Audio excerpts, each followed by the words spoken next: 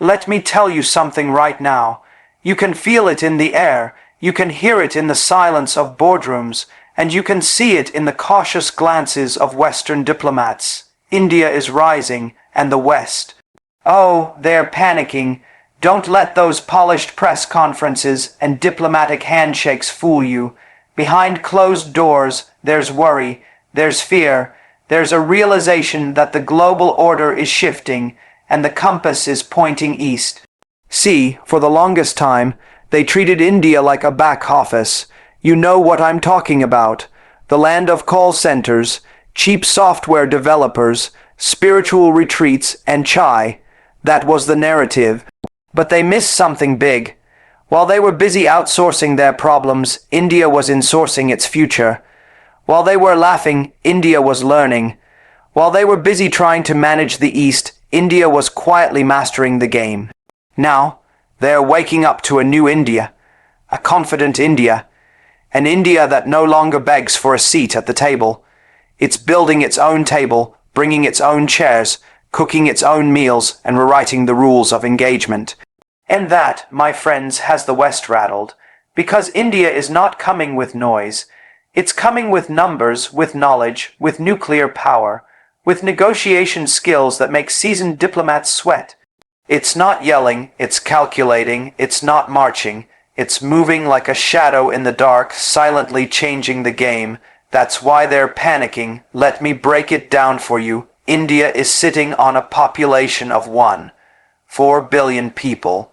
That's not just a number, it's a force of engineers, coders, scientists, thinkers, warriors, and dreamers. And they're not waiting to be discovered by the West. They're building, innovating, launching rockets to the moon and beyond while keeping costs lower than a Hollywood sci-fi film. When they sent a spacecraft to Mars for less than the budget of a major motion picture, that wasn't just a scientific achievement. It was a statement. A statement that India doesn't need to spend more to do more. It knows how to do more with less, and that, right there, shakes the foundations of Western economic logic. Because in the West, more money usually means more progress, but India flipped that script. India said, give us a fraction of your budget, and we'll give you results you can't even dream of. That's terrifying to a system that has always believed money equals dominance.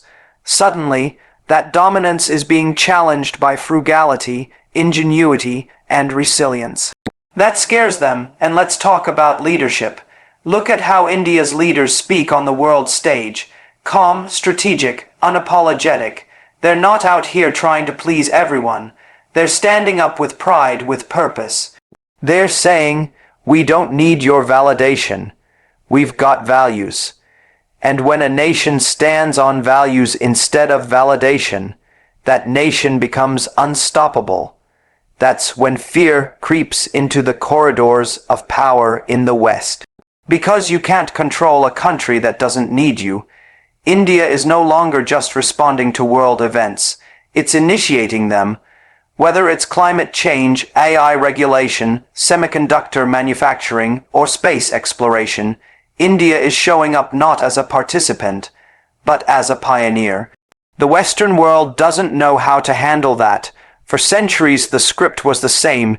Developed nations lead, developing nations follow. But India is saying, hold up, we're rewriting this playbook. You know what's even more threatening. India's rise is not hostile. It's graceful. It's built on diplomacy, trade, alliances, and respect. The West doesn't know how to deal with power that doesn't come with arrogance. They're used to war, driven rise, colonization, bullying, threats. But India is doing something different. It's winning hearts. It's earning respect. It's becoming the friend every nation wants and the competitor every nation fears. Think about technology. Silicon Valley is full of Indian CEO, Indian founders, Indian talent. From Google to Microsoft, from IBM to Adobe, it's Indians at the helm. That's not a coincidence. That's a sign. That's the intellectual capital of a country proving that brainpower can beat brute force. And when brainpower is combined with ambition, Now you've got a storm coming, and the West sees it on the horizon, and let me take it further. The pandemic changed everything. It exposed the fragility of global supply chains, the overdependence on China, and the need for alternative powers. That's when India said, "We're ready." The Make in India campaign isn't just a slogan, it's a revolution. It's India telling the world, you don't have to look elsewhere. We've got what you need. We can build it. We can ship it. We can secure it. That's not just confidence, that's capability with clarity. The pharmaceutical industry, India is the pharmacy of the world. Vaccines, generics, critical supplies, India's got it covered. And when Western nations were hoarding vaccines, India was donating them. That wasn't charity, that was soft power at its finest. A nation leading with humanity, while others led with hoarding. That contrast didn't go unnoticed. It rewired alliances, it built trust. It told developing nations, you've got a friend in India. And that, my friends, is terrifying to those who once monopolized global influence. Now look at geopolitics. The Western alliance isn't used to being questioned, but India isn't playing by old rules. It's aligning where it benefits, disagreeing where it must, and staying neutral when it's wise. That's strategy, not indecision. India's not leaning blindly east or west. It's standing tall in the center, balancing power with dignity. It's not choosing sides. It's becoming the side, and you better believe the West sees it. They see the global South looking toward India. They see African nations seeking investment from Delhi instead of DC. They see Southeast Asia looking up to India as a regional leader. They see BRICS rising, and India standing right in the middle of it all. That's not just power, that's pivot, that's leverage, that's global magnetism built on trust, tradition, and technological transformation. But it gets deeper. The real panic. It's about culture. It's about civilizational resurgence. See, the West has always had this unspoken belief that its way is the best way. But India's rise is telling a different story. It's saying we've had our way for 5,000 years, and now we're bringing it back. It's not trying to copy the West, it's choosing to remember who it is. And when a nation remembers its soul, that nation becomes unbreakable. Look at yoga, Ayurveda, Vedas, philosophy, dharma, family values, education systems rooted in ethics and excellence. India isn't trying to be modern by becoming Western. It's becoming modern by being Indian. That authenticity, that's power. That authenticity is building a new identity, not based on colonized thinking, but on decolonized confidence. And that's what's got the West truly unsettled.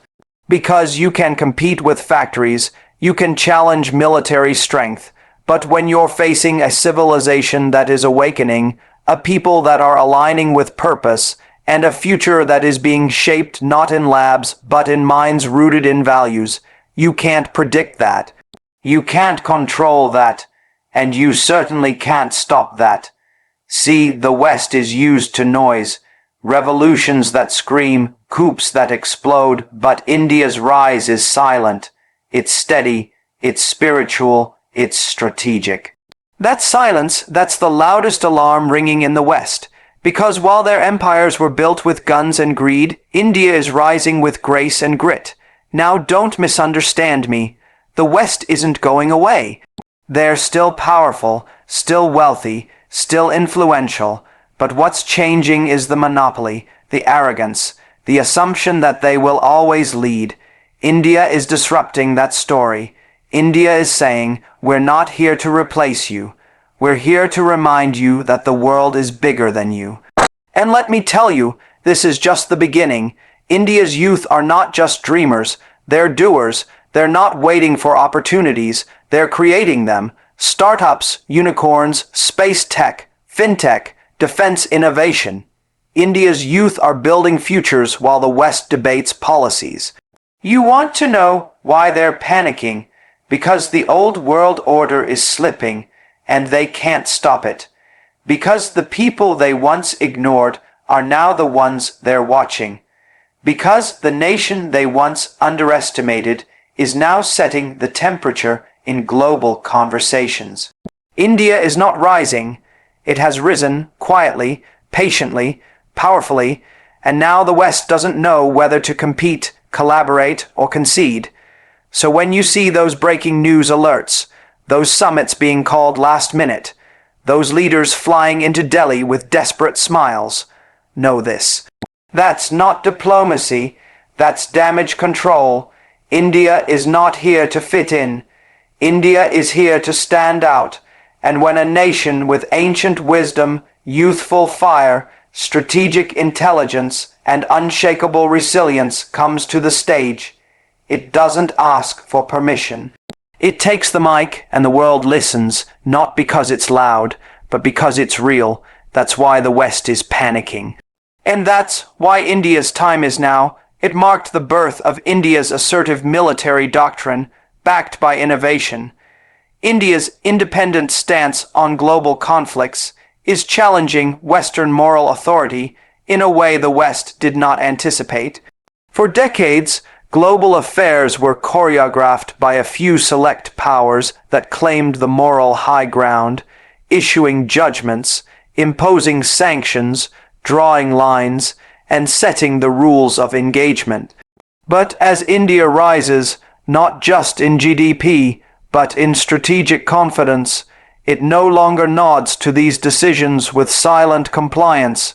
It questions, it reevaluates, it chooses silence where the West expects statements. It offers mediation where the West demands sides, and that unsettles the very foundation of Western-led global order. India is not driven by ideology. It is driven by interest, by balance, by outcomes that preserve its sovereignty and uphold its civilizational ethos.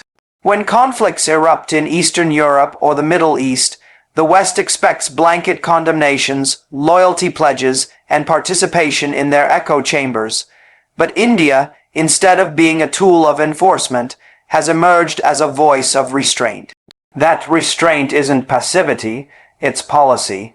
A calculated refusal to be swept into alliances that do not serve its people. A deliberate decision to put Indian interests above global theatrics. And a powerful reminder to the world that moral high ground isn't owned by geography, but earned through integrity. India speaks in the language of nuance, not noise. It doesn't rush to label nations as good or evil. It understands the complexity of history, the burden of context, and the need for diplomacy beyond virtue signaling. When the West slapped sanctions or attempted to isolate nations through coalitions, India offered trade, oil deals, infrastructure development, and multilateral talks. It didn't side with aggression, nor did it fan the flames of chaos. It engaged. That quiet engagement, based on realism and mutual interest, is being noticed in Africa, in Latin America, in Southeast Asia, and even in the very capitals that once viewed India as a junior partner. The West is panicking because India refuses to play the game by their rules. And when you change the rules of the game, you disrupt the players who wrote the original playbook. India has shown that power today doesn't lie in who controls the narrative, but in who controls the options. And India gives options. It gives oil importers an alternative. It gives development seekers a non-colonial partner. It gives war-weary nations a bridge instead of a battleground.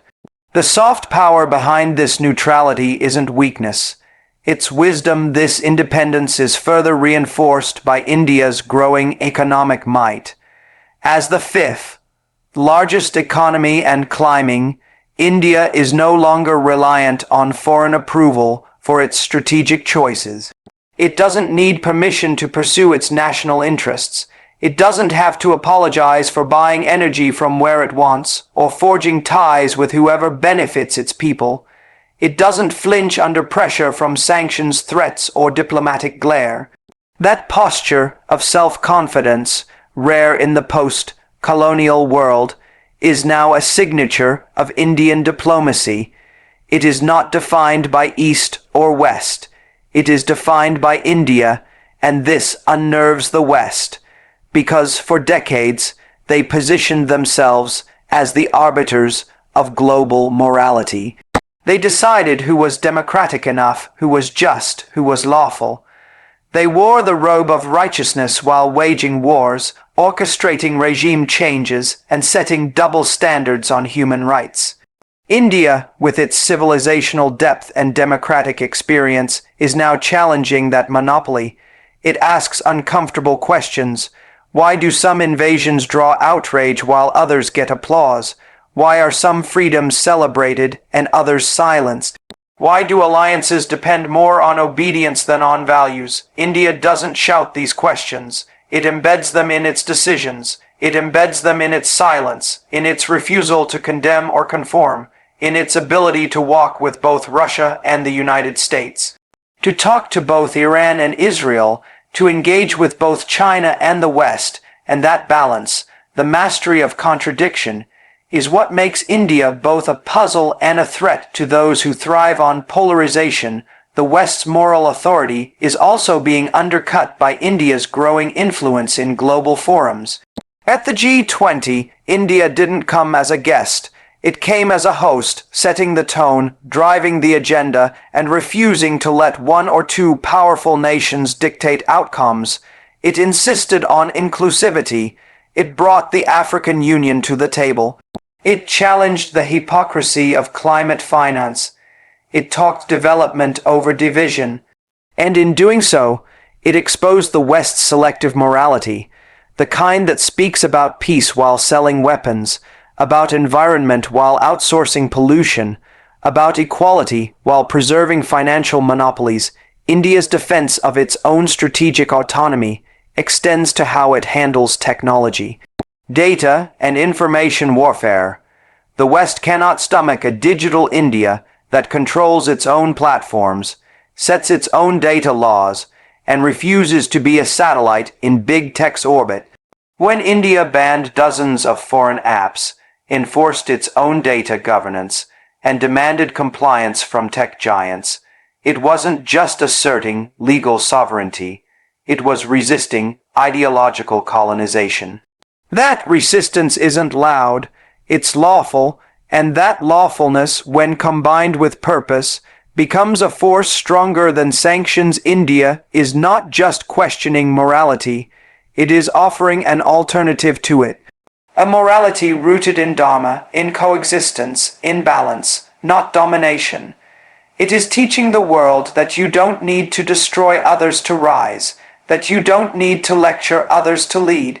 You can be principled without being preaky, sovereign without being isolated, engaged without being submissive, and that model is gaining traction. The countries of the global south are watching.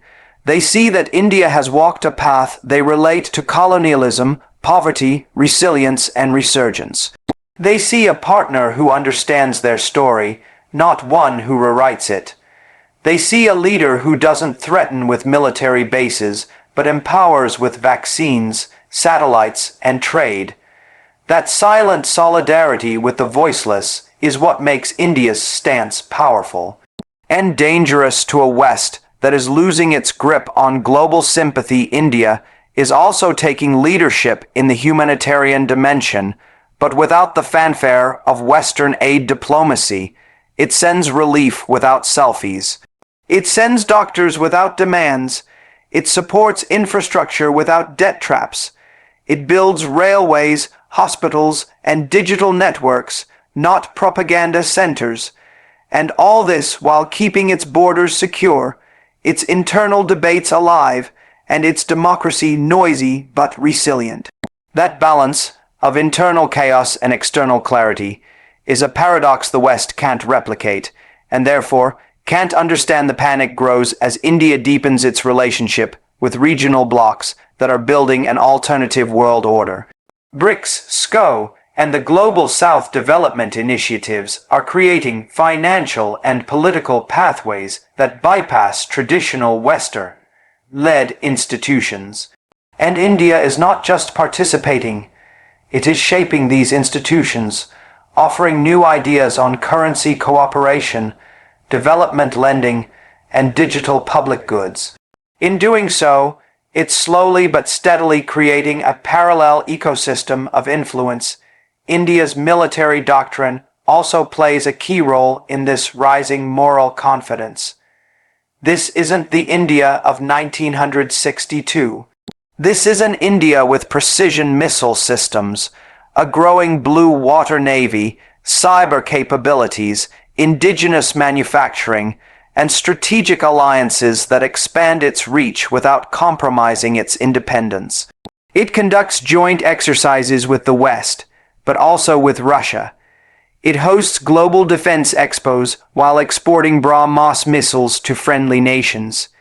It responds to aggression not just with dialogue, but with deterrence.